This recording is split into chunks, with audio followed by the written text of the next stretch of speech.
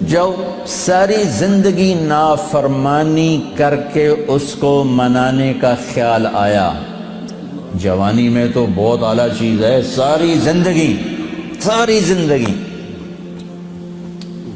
وہ کیا کرتا ہے؟ من تقرب الی تلقیتہ من بعد، کوئی تمہارا خصوصی دوست مہمان آئے تو تم باہر نکل کے ویلکم کرتے ہو۔ عام لوگ ملنے آئے تو اپنے کمرے میں ہی، لیکن کوئی خصوصی پتہ چلے تو بھاگتے ہو، جلدی سے جا کر دروازے پر کھڑے ہو تو گاڑی کا دروازہ کھول دو، پھر ساتھ لے کر آتے ہو۔ وہ شہنشاہ کہہ رہا ہے زندگی بھر کے گناہ لے کر کوئی مرد عورت جب مجھے منانے آتا ہے تو میں آگے بڑھ کے اس کا استقبال کرتا ہوں، آگے بڑھ کے، وہیں بیٹھے ہوئے آگے بڑھ کے، تلقیتہ من بعید، میں خود آگے تک جاتا ہوں اسے ساتھ لے کے۔ آگے کب سے تیرا انتظار تھا، اللہ کو کیا ضرورت ہے کسی کی؟ ایک مرد عورت توبہ کر لے تو ساتوں آسمان پہ لائٹیں لگ جاتی، ساتوں آسمان میں لائٹیں۔ وہ کہتے ہیں یہ کیا چکر ہے؟ تو اللہ کی طرف سے اعلان ہوتا ہے ایک اللہ کے بندی نے توبہ کی ہے، اس کی خوشی میں یہ سب روشنیاں ہیں۔ اب شادیوں میں نہیں لائٹیں لگاتے، تو میرا اللہ اتنا خوش ہوتا ہے کہ ساتوں آسمان پہ روشنیاں۔ من تقرب الی تلقیتہ من بعید، جو مجھے راضی کرنے کے لیے، توبہ کرنے کے لیے آتا ہے، میں آگے بڑھ کے اس کا استقبال کرتا ہوں۔ ومن اعرض عنی، اور جو نہیں آتا اس کے ساتھ کیا کرتا ہوں؟ نادیتہ عن قریب، اس کے پاس میں خود چلا جاتا ہوں، آجا مجھے منا لے، آجا مجھے منا لے۔ اولک رب غیری، کوئی میرے جیسا اور رب ہے؟ کوئی میرے جیسا اور رب ہے؟ یہ ساری باتوں کے بعد اب اس آیت پہ غور کرو، جو میرا اللہ گلہ کر رہا ہے، ما قدر اللہ حق قدرہ، میرے بندو تم نے میری قدر نہیں کی۔ بھائی بہنوں، اپنے اللہ سے صلح کرو۔ یا ایہا الانسان ما غرک بربک الکریم الذی خلقک فسواک فعدلک فی ای صورت ما شاء رکبک۔ انسان، کیا ان الفاظ میں کیا پیار ہے، کیا شہد ٹپکتا ہوا ہے۔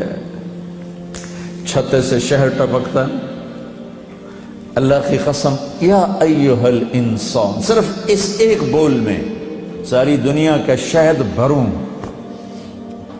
اس سے بھی اس میں مٹھاس زیادہ ہے۔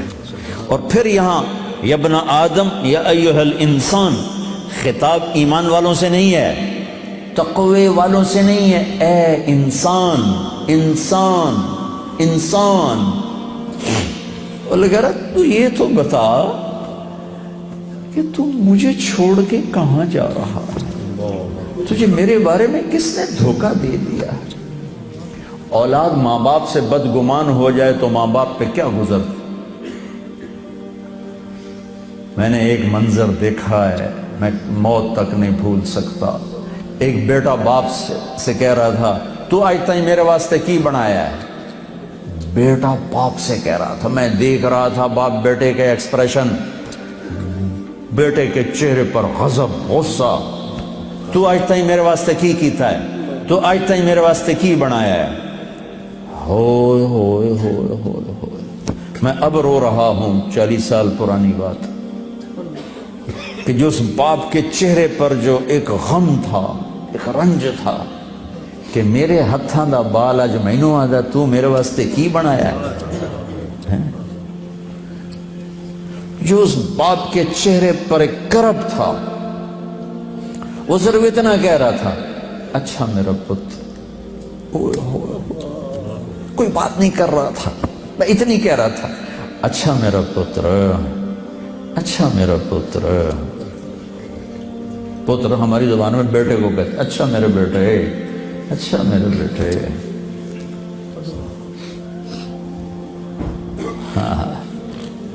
یہ یا ایھا الانسان میں اللہ یہ کہہ رہا ہے میرا بندہ میرے بارے میں دھوکہ کھا گیا تھا، میرے بارے میں بدگمان ہو گیا ہے، کیا ہو گیا ہے؟ آ تو صحیح، پھر میری رحمت تو دیکھ، آ تو صحیح۔ حضرت عمر رضی اللہ عنہ کے زمانے میں ایک شخص گویہ تھا، وہ ایک تارا ہوتا تھا، وہ بجا بجا کے نا اپنی روٹی کماتا تھا، بوڑھا ہو گیا، آواز ختم ہو گئی، فاقہ آ گیا، تو گانا بجانا کوئی اچھا کام تو ہے نہیں، تو گیا جنت البقیع میں، تو کہنے لگا یا اللہ، جب آواز تھی تو لوگ سنتے تھے، روٹی بھی چلتی تھی، آواز گئی روٹی بھی گئی، اب اس بڑھاپے میں کہاں جاؤں؟ حالانکہ میرے رزق کا انتظام فرما، مجھے معاف فرما۔ عمر رضی اللہ عنہ مسجد میں سوئے ہوئے تھے، ان کو خواب میں آواز آئی، میرا ایک بندہ جنت البقیع میں مجھے پکار رہا۔ کس کو آواز آئی؟ عمر۔ کس کے بارے میں؟ گانے والا۔ عمر رضی اللہ عنہ ننگے پاؤں دوڑے، ننگے سر،